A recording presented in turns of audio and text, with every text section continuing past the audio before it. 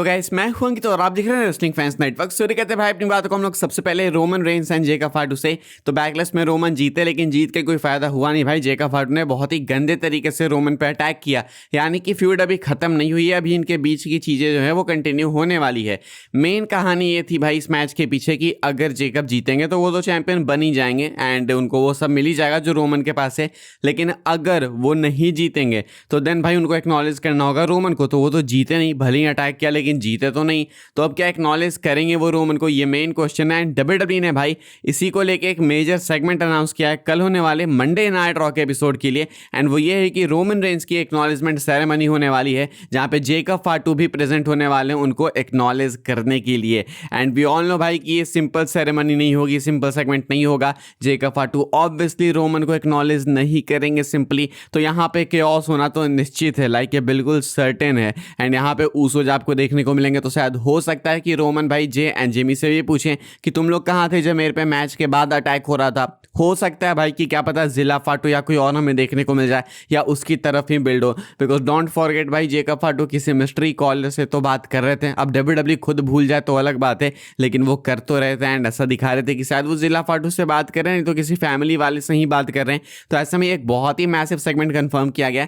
इससे पहले जब ब्लड लाइन के सेगमेंट्स हुए तो बहुत ही सिनेमैटिक सेगमेंट्स हुए, लाइक एब्सोल्यूट सिनेमा वाले, याद ही होगा आपको ट्राइबल कोर्ट सेगमेंट भाई। इससे पहले भी एक्नॉलेजमेंट सेरेमनी हो रखी है, तो ये सेगमेंट्स होते हैं कमाल के definitely. And definitely Monday night raw को मेन इवेंट करेगा, तो ये कुछ कंफर्म किया गया भाई कल के मंडे नाइट रॉ के एपिसोड के लिए। इसके अलावा भी डेफिनेटली चीजें अनाउंस्ड हैं, मैं आपको वो बता देता हूँ भाई कि इसके अलावा क्या क्या कंफर्म किया गया। तो कंफर्म किया गया कि सीएम पंक होने वाले हैं शो में, मतलब वो फीचर्ड है, तो he should be there. Seth Rollins advertised है भाई, सेथ आपको देखने को मिलेंगे। ओबा फैमी का ओपन चैलेंज कंटिन्यू होने वाला है, ब्री बेला एंड पेज आपको अपीयर होते हुए देखने को मिलेंगे। And then you will see the Vision versus the Street Profits and Joe Hendry. तो यहाँ पे भाई ये सब कुछ कंफर्म किया गया है रोमन के एक्नॉलेजमेंट सेरेमनी के अलावा। पंक भाई हो गया टाइम पंक को आए हुए, पंक को अब आना चाहिए। सेथ रॉलिंस जो है भाई एडवर्टाइज्ड हैं, तो देखते हैं क्या होता है, क्या इनकी फ्यूड आगे चलने वाली है ब्रेकर के साथ में या फिर खत्म, वो क्वेश्चन है। एंड इसके बाद अपना भाई ओबा फैमी ओपन चैलेंज है, तो यहाँ पे देखते हैं भाई कौन आता है इस हफ्ते इनके सामने। हालांकि ये चीज़ उतनी ज़्यादा इंटरेस्टिंग लग नहीं रही भाई ओबा फैमी की ओपन चैलेंज वाली चीज़, इसको खत्म करके उनको एक प्रॉपर फ्यूड देनी चाहिए भाई लंबी सी। ये तो बहुत ही बेकार सी चीज़ लग रही है मुझे।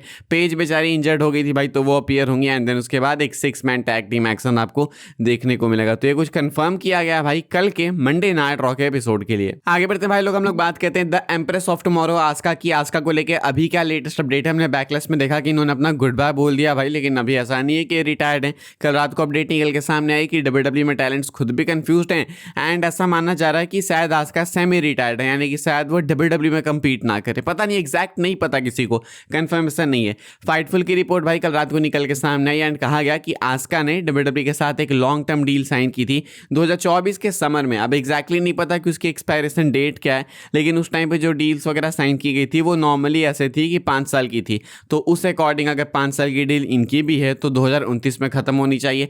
बट अगेन भाई डील मैटर कहाँ करती है अब डब्ल्यूडब्ल्यूई में, जब बीच डील में बीच कॉन्ट्रैक्ट में टीके वाले पूछ लेते हैं कि भाई आप अपना पे कट लो नहीं तो चले जाओ, तो फिर डील का कोई मतलब है नहीं। इसके अलावा रिपोर्ट का कहना था कि डब्ल्यूडब्ल्यूई के अंदर काफी सारे लोग भाई फ्रस्ट्रेटेड थे कायरी सेन की फायरिंग से, तो हो सकता है क्या पता आस्का भी उस चीज के कारण में भी डब्ल्यूडब्ल्यूई से खुश ना हो, टीके से खुश ना हो एंड शायद उन्होंने भी अपना ऐसा डिसाइड किया भाई फेयरवेल कि हाँ भाई मैं भी चली जाऊंगी, बिकॉज इवेंचुअली आस्का के साथ भी ये होता अगर अभी तक नहीं हुआ है तो। बाकी मिला जुला के कहा गया है किसी को बहुत ज़्यादा पता नहीं है भाई कि आस्का डब्ल्यूडब्ल्यूई में है या फिर नहीं है, रिटायर हो गई या फिर क्या हो गया, सब कुछ अनसर्टन है। लेकिन सबने गुड बाय अपना बोल दिया, तो ये तो एक ही तरफ इशारा करता है, यू ऑलरेडी नो भाई। आगे बढ़ते हम लोग बात करते हैं भाई अगली अपडेट के बारे में, जो कि है डब्ल्यूडब्ल्यूई के कॉपीराइट स्ट्राइक्स को लेके। आई गेस अभी तक आपने न्यूज़ सुन ली होगी, लेकिन मैंने कवर नहीं की थी अभी तक, क्योंकि मुझे लगा था कि ये नॉर्मल ही है, इससे ज़्यादा कुछ मेजर अफेक्ट होने नहीं वाला है। लेकिन अब भाई कुछ मेजर हो गया, मैं आपको बता देता हूँ क्या हुआ। तो आपने रिएक्शन चैनल्स देखे ही होंगे बाहर वाले भाई, वो जो सैंटीज ऐप है या फिर कॉनमैन हो गया, वीजी ब्लॉन्ड, ऐसा वैसे करके बहुत से रिएक्शन चैनल्स हैं जो कि डब्ल्यूडब्ल्यूई के प्रोडक्ट पे शोज पे रिएक्ट करते हैं एंड डब्ल्यूडब्ल्यूई भाई उनको फीचर भी करती है अपने प्रोमो वीडियोस में, आपको पता है।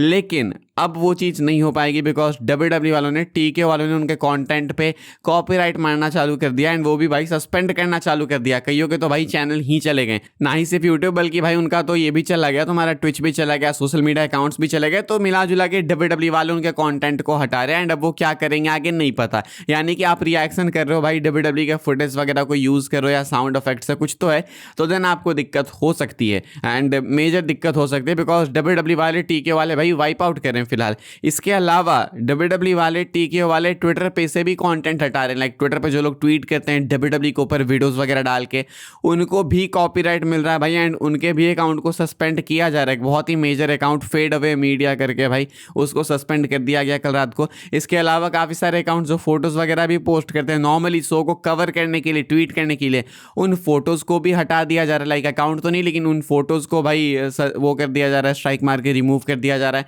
तो मिला जुला के WWE का कंटेंट अगर आप किसी भी वे में यूज़ कर रहे हैं तो रिस्क है। अभी मैं ये जो कर रहा हूँ शायद इसमें भी रिस्क है, हालांकि अपनी कैटेगरी काफ़ी अलग हो जाती है, फेयर यूज़ के अंदर आता है न्यूज़ रिपोर्टिंग वगैरह, बट अगर कंपनी चाह जाए तो obviously they can do anything. लेकिन मेनली रिएक्शन चैनल वालों के साथ दिक्कत है भाई। अभी फिलहाल WWE वाले टीके वाले इस चीज़ को नहीं बख्शने वाले हैं। मैं समझता हूँ भाई कि WWE वालों को प्रॉफिट मिलेगा इससे, टीके को प्रॉफिट मिलेगा, लेकिन भाई कितना ही मिल जाएगा। मेरे को एक बात बताओ कि $1 बिलियन कंपनी इस चीज़ से करके कितना कमा लेगी? कॉपीराइट क्लेम मारती तो फिर भी समझ आता, स्ट्राइक से तो कुछ भी नहीं कमा पाएंगे, क्लेम से तो कुछ रेवेन्यू भी शेयर होता। एंड इसके अलावा मान लो अगर लोग बात करना छोड़ दे WWE की, कल को तो मेरे पे स्ट्राइक मार दो, किसी भी मार दो, हम लोग अगर बात करना छोड़ दें तो इंटरनेट पे से अगर ऐसे सारे लोग हट जाएंगे जो बात करते हैं WWE की, तो फिर तो भाई WWE की हाइप खत्म। ये NJPW करती है ये सब। AEW ने एक बीच चालू किया था लेकिन वो चीज़ चली नहीं थी, AEW ने बंद कर दिया।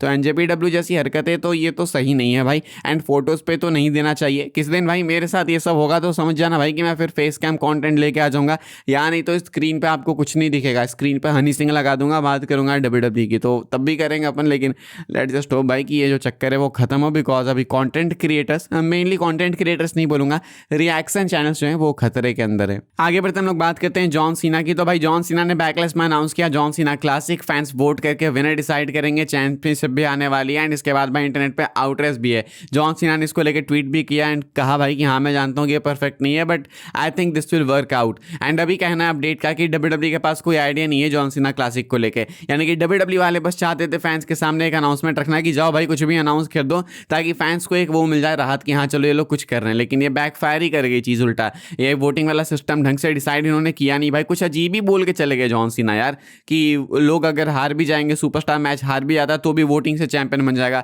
सपोज करो फाइनल में मैच हो रहा है भाई एंड सुपरस्टार हारने वाला जो है वो हार गया एंड उसके बाद लोगों ने वोट करके उसको चैंपियनशिप जिता दी, तो then what is the point of the match भाई? ये तो इलेक्शन ही कर दो, फिर सिर्फ वोट के अकॉर्डिंग ही चैंपियनशिप दे दो। तो ऐसा कहना है कि WWE के पास कोई क्लियर डायरेक्शन ही नहीं, इनको पता ही नहीं भाई कि कब चालू करना है, कब चैंपियनशिप लानी है, कैसे वोटिंग होगा, कुछ भी अभी नहीं पता। ये बाद में फिगर आउट करेंगे, अनाउंसमेंट पहले इन्होंने कर दी है।